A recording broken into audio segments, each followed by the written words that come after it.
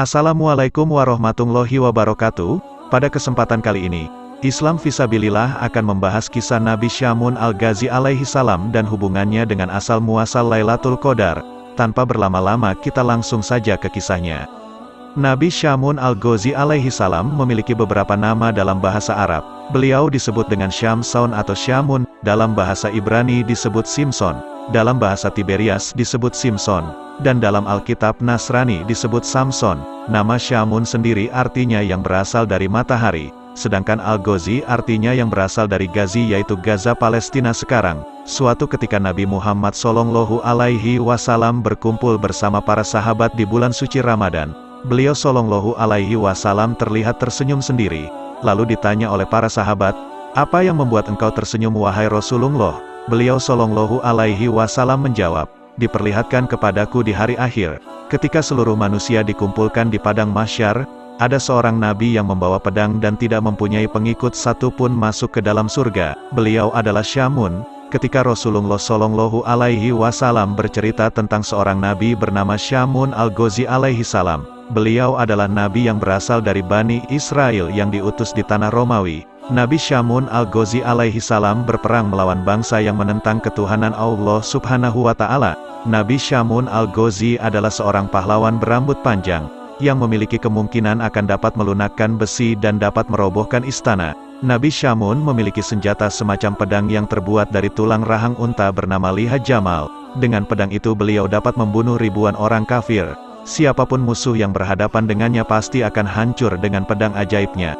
Tak hanya itu, bahkan ketika beliau merasa haus dan lapar, dengan perantara pedangnya, Allah memberikan makanan dan minuman. Nabi Syamun seorang muslim dan seorang yang ahli ibadah yang sangat disegani oleh kaum kafir. Sudah tak terhitung lagi orang kafir yang mati di tangannya. Selain itu Nabi Syamun juga ahli ibadah dan tercatat beliau sanggup beribadah selama 1000 bulan dengan sholat malam dan siangnya berpuasa. Beliau juga dikenal membela agama Tauhid yaitu mengesahkan Allah. Berperang melawan kaum kafir selama 1000 bulan, hanya berbekal tulang dagu unta sebagai senjata.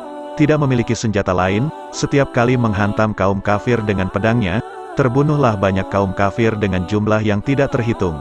Dengan hanya bersenjatakan tulang rahang seekor unta yang dibentuk menyerupai sebuah pedang pendek yang tajam, Nabi Syamun berperang melawan bangsa yang menentang Allah Subhanahu wa Ta'ala dengan penuh keberanian, dan selalu dapat mengalahkan mereka. Ketangguhan dan keperkasaannya Nabi Syamun dipergunakan untuk menentang penguasa kaum kafir saat itu, yakni Raja Israel. Menghadapi kesaktian Nabi Syamun Al-Ghazi alaihi salam, membuat para kafirun kewalahan. Mereka mencari jalan untuk bisa menundukkannya.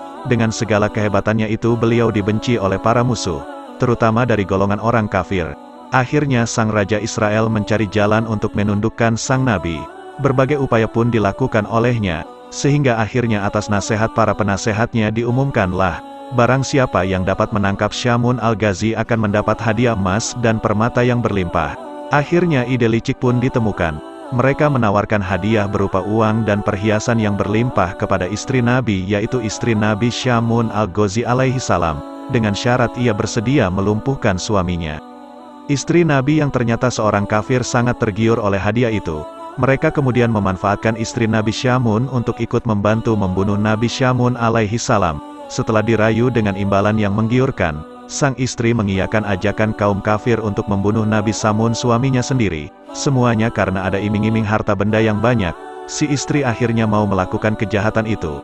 Maka orang kafir memberikan ide agar dia mengikat tangan dan kaki Nabi Syamun sewaktu tidur, untuk kemudian akan dibunuh dengan beramai-ramai. Para pembesar-pembesar kafir berkata, "Kami akan memberimu seutas tali kuat. Ikatlah tangan dan kakinya ketika dia tidur nanti. Setelah itu kamilah yang bertindak untuk membunuhnya." Pada hari pertama istri Nabi Syamun gagal karena ketiduran yang disebabkan karena suaminya terlalu lama mengerjakan sholat malam. Lama waktunya itu sehingga membuat istri Nabi Syamun tak kuasa menahan kantuk yang amat sangat. Memang Nabi Syamun Al-Ghazi tidurnya hanya sedikit saja, dalam semalam di mana malam-malamnya hanya dipergunakan untuk beribadah kepada Allah Subhanahu wa Ta'ala. Keesokan harinya istri Nabi Syamun melapor kepada orang-orang kafir, bahwa dia belum berhasil mengikat tangan dan kaki suaminya. Mereka tidak mempermasalahkan hal itu. Pada hari kedua istri Nabi Syamun berhasil mengikat suaminya ketika tidur dengan seutas tali yang kuat. Tatkala Nabi Syamun bangun dan ingin beribadah kepada Allah Subhanahu wa Ta'ala, beliau terkejut karena kedua kakinya terikat. "Wahai istriku, siapakah yang mengikatku dengan tali ini?" tanya Nabi Samun kepada istrinya. "Aku yang mengikat. Hanya sekedar mengujimu sampai sejauh mana kekuatanmu," ujar istrinya. Nabi Samun dengan mudah dapat melepaskan tali yang mengikatnya dengan satu ucapan doa. Kemudian Nabi Samun bergegas menuju tempat peribadatannya, maka gagallah rencana pembunuhan pada hari kedua itu. Namun setelah itu, musuh-musuh kafir datang lagi dengan membawa rantai, dan istri Nabi Samun siap mengikat suaminya lagi pada keesokan malamnya. Pada hari ketiga, istri Nabi Samun itu berhasil lagi mengikat suaminya dengan rantai yang diberikan oleh orang-orang kafir. "Wahai istriku, siapakah yang mengikatku kali ini?" tanya Nabi Samun dengan nada agak marah ketika bangun dari tidur. "Aku yang mengikatnya sekedar untuk mengujimu," jawab istrinya. Namun sekali hentakan Nabi Samun dapat menghancurkan rantai tersebut. Lalu Nabi Samun segera menarik tangannya dan memotong rantai itu. Kemudian istrinya pun segera membujuk suaminya agar mau menceritakan rahasia kekuatan tubuh yang dimiliki suaminya. Akhirnya Nabi Samun bercerita juga, jika sebenarnya beliau adalah seorang wali dari sekian banyak wali Allah yang hidup di dunia. Nabi Samun berkata, "Wahai istriku, aku adalah wali di antara wali Allah, yakni kekasih Allah. Segala perkara dunia ini tidak ada yang sanggup mengalahkan diriku. Aku punya rambut panjang ini. Ketahuilah bahwa tidak ada seorang pun yang mampu mengalahkanku dalam perkara dunia kecuali rambutku ini." Jelas Nabi Samun Al-Ghazi alaihi salam kepada istrinya. Nabi Samun memang memiliki rambut yang panjang, dan panjangnya digambarkan bahwa ujung rambutnya akan menyentuh tanah saat Nabi Samun berdiri. Karena sudah mengetahui kelemahan suaminya, akhirnya pada saat Nabi Samun tidur, mulailah istrinya mengikat tangan Nabi Samun dengan 4 helai rambutnya, dan mengikat pula kakinya dengan 4 helai rambut milik Nabi Samun, sementara beliau tetap dalam tidurnya. Setelah bangun Nabi Samun bertanya, "Wahai istriku, siapakah yang mengikatku ini?" "Aku, untuk mengujimu," jawab istrinya yang mulai ketakutan. Setelah itu Nabi Samun berusaha dengan sekuat tenaga untuk melepaskan ikatan itu. Namun beliau tidak berdaya untuk memotongnya. Si istri langsung saja memberitahukan kepada kaum kafir tentang hal ini. Nabi Samun alaihi salam lalu dibawa ke istana ke hadapan raja para kafirun. Lalu diikat pada tiang istana dan dipertontonkan kepada halayak istana. Mulailah mereka memotong kedua telinga, bibir, kedua tangan dan kakinya. Tidak hanya itu, Nabi juga disiksa dengan dibutakan kedua matanya. Mereka menyiksa Nabi dengan tujuan agar beliau mati secara perlahan-lahan. Istrinya yang jahat ikut pula menyaksikan penyiksaan tersebut tanpa rasa belas kasihan sedikitpun. Begitu hebatnya siksaan tersebut membuat Allah Subhanahu wa Ta'ala lewat perantaraan malaikat Jibril berbicara dengan suaranya yang hanya bisa didengar oleh Nabi Samun alaihi salam. "Wahai Samun, apa yang engkau inginkan? Aku akan menindak mereka." Nabi Samun menjawab, "Ya Allah, berikanlah kekuatan kepadaku sehingga aku mampu menggerakkan tiang istana ini dan akan kuhancurkan mereka dengan kekuatan darimu ya Allah. Bismillah, la haula wala quwata illa billah." Doa-doa Nabi Samun Al-Ghazi alaihi salam dikabulkan Allah Subhanahu wa Ta'ala. Allah Subhanahu wa Ta'ala memberi kekuatan kepada Nabi Samun yang kekuatannya tidak bisa dibayangkan, dan melebihi kekuatan dari rambutnya sendiri. Maka dengan seizin Allah, Nabi Samun Al-Ghazi alaihi salam menggoyangkan tiang istana tersebut. Nabi Samun hanya beringsut sedikit saja, putuslah tali rambut itu. Bahkan tiang itu pun roboh menimpa raja kafir bersama seluruh halayak istana termasuk istrinya yang durhaka, dan orang-orang yang telah menyiksanya. Tiangnya juga ikut roboh dan hancur. Istana yang dijadikan tempat pembantaian itu juga turut hancur, dan atapnya menempel orang-orang kafir dan semuanya mati. Hanya Nabi Samun sendiri yang selamat. Lalu Allah mengembalikan seluruh anggota badan yang telah terpotong dan menyembuhkan segala yang beliau rasa sakit itu.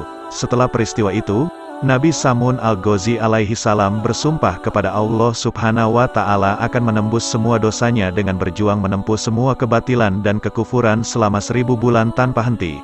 Nabi Samun menyibukkan diri dalam beribadah kepada Allah Subhanahu wa Ta'ala. Malam hari dilalui dengan memperbanyak salat malam, sedangkan siangnya beliau berpuasa. Nabi Samun menjalankan ibadahnya selama 1000 bulan hingga ajalnya tiba. Setelah mendengar kisah Nabi Samun Al-Ghazi alaihi salam, para sahabat Rasulullah Shallallahu alaihi wasallam menangis terharu. Lalu para sahabat bertanya kepada Rasulullah Shallallahu alaihi wasallam, "Ya Rasulullah, tahukah baginda akan pahalanya?" Rasulullah Shallallahu alaihi wasallam menjawab, "Aku tidak mengetahuinya, Setelah Rasulullah Shallallahu Alaihi Wasallam selesai berkisah, Allah Subhanahu Wa Taala menyuruh malaikat Jibril datang kepada Nabi Shallallahu Alaihi Wasallam dan menurunkan surat Al-Qadar. Wahai Muhammad, Allah memberi Lailatul Qadar kepadamu dan umatmu. Ibadah pada malam itu lebih utama daripada ibadah 1000 bulan. Ujar malaikat Jibril alaihi salam. Allah Subhanahu Wa Taala berfirman dalam surat Al-Qadar ayat 1-5. Sesungguhnya kami telah menurunkannya Al-Quran pada malam kemuliaan, dan tahukah kamu apakah malam kemuliaan itu? Malam kemuliaan itu lebih baik dari 1000 bulan. Pada malam itu turun malaikat-malaikat dan malaikat Jibril dengan izin Tuhannya, untuk mengatur segala urusan. Malam itu penuh kesejahteraan sampai terbit fajar. Quran Surat Al-Qadar ayat 1-5. Mendengar berita itu, Rasulullah Shallallahu Alaihi Wasallam menyuruh sahabat-sahabatnya untuk berburu malam Lailatul Qadar, agar mendapat pahala seperti yang Allah berikan kepada Nabi Shamun Al-Ghazi alaihi salam. Apabila fajar telah terbit di malam Qadar, maka malaikat Jibril berkata, "Wahai para malaikat, berkumpullah kemari." Para malaikat berkata, "Ya Jibril, apa yang Allah perbuat untuk kaum muslimin di malam ini dari umat Nabi Muhammad Shallallahu Alaihi Wasallam?"